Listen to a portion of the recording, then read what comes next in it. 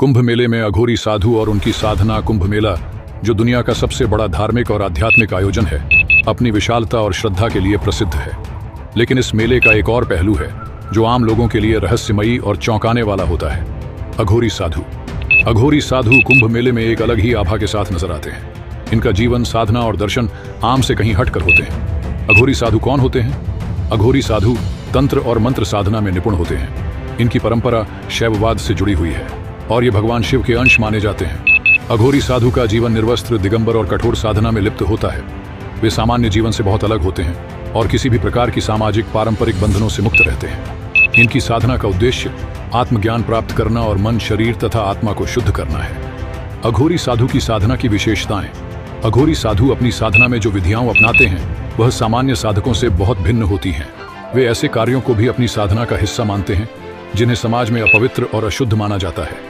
इनकी साधना में मृत शरीरों की राख, श्मशान घाट, मांसाहार और नशे का सेवन शामिल हो सकता है। हालांकि इसका उद्देश्य केवल शारीरिक और मानसिक स्तर पर खुद को परिष्कृत करना होता है, न कि भोग या वासना का पालन। अघोरी साधुओं का मानना है कि मनुष्य के भीतर के सभी द्वंद्व और बुराइयों को समाप्त करने के लिए शरीर और मानसिकता दोनों का विस्तार और शुद्धिकरण आवश्यक है। इसके लिए वे अपनी साधना में ऐसी परिस्थितियां और अनुभव उत्पन्न करते हैं जो समाज से परे और सामान्य से हटकर होते हैं। कुंभ मेले में अघोरी साधुओं की उपस्थिति। कुंभ मेले में अघोरी साधु अपनी विशेष उपस्थिति दर्ज कराते हैं। उनका प्रथम स्नान शाही स्नान होता है और इस दौरान वे सबसे पहले गंगा में स्नान करते हैं। ये उनके शुद्धिकरण का प्रतीक होता है और साथ ही यह दिखाता है कि वे सभी पापों से मुक्त हो चुके हैं। कुंभ मेला अघोरी साधुओं के लिए एक आध्यात्मिक अवसर होता है जहां वे अपनी साधना को और अधिक सशक्त करने के लिए आते हैं। कुंभ मेले में उनकी उपस्थिति एक रहस्य की तरह होती है, क्योंकि ये साधु श्मशान घाटों और अंधकारमय स्थानों से आते हैं। आमतौर पर वे नग्न होते हैं, केवल भस्म और राख से अपने शरीर को ढकते हैं और अपने सिर पर ताज पहनते हैं। उनका बाहरी रूप बहुत डरावना और अद्भुत होता है, जो भीड़ में उनका ध्यान आकर्षित करता है। अघोरी साधु का दर्शन और परंपराएं। अघोरी साधु समाज से अलग रहने की कसम खाते हैं। वे अपनी साधना में आत्मज्ञान प्राप्त करने के लिए किसी भी प्रकार की कठिनाई या असुविधा से गुजरने को तैयार रहते हैं। उनका मानना है कि जीवन की हर चीज, चाहे वह पवित्र हो या अपवित्र, आध्यात्मिक दृष्टि से समान है। वे किसी भी वस्तु, व्यक्ति या परिस्थिति को भेदभाव से नहीं देखते।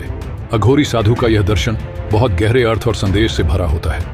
उनका जीवन हर उस चीज को अपनाने का प्रतीक है जिसे सामान्य लोग त्यागते हैं। वे यह दिखाते हैं कि आत्मज्ञान की प्राप्ति के लिए किसी भी बाहरी बंधन की आवश्यकता नहीं होती। उनका जीवन यह सिखाता है कि अगर हम अपने भीतर के डर, संकोच और भेदभाव को समाप्त कर दें तो हम सच्चे रूप में आत्मज्ञान प्राप्त कर सकते हैं। निष्कर्ष: कुंभ मेला केवल एक धार्मिक आयोजन नहीं है, बल्कि यह जीवन के विभिन्न पहलुओं की एक झलक भी प्रस्तुत करता है। अघोरी साधु, जो अपनी साधना में केवल आत्मा के शुद्धिकरण और ज्ञान की प्राप्ति के लिए समर्पित होते हैं, कुंभ में अपनी विशेष उपस्थिति दर्ज कराते हैं। उनकी साधना और जीवन शैली समाज के पारंपरिक मानकों से अलग हो सकती है, लेकिन उनका उद्देश्य वही होता है: आध्यात्मिक उन्नति और परमात्मा का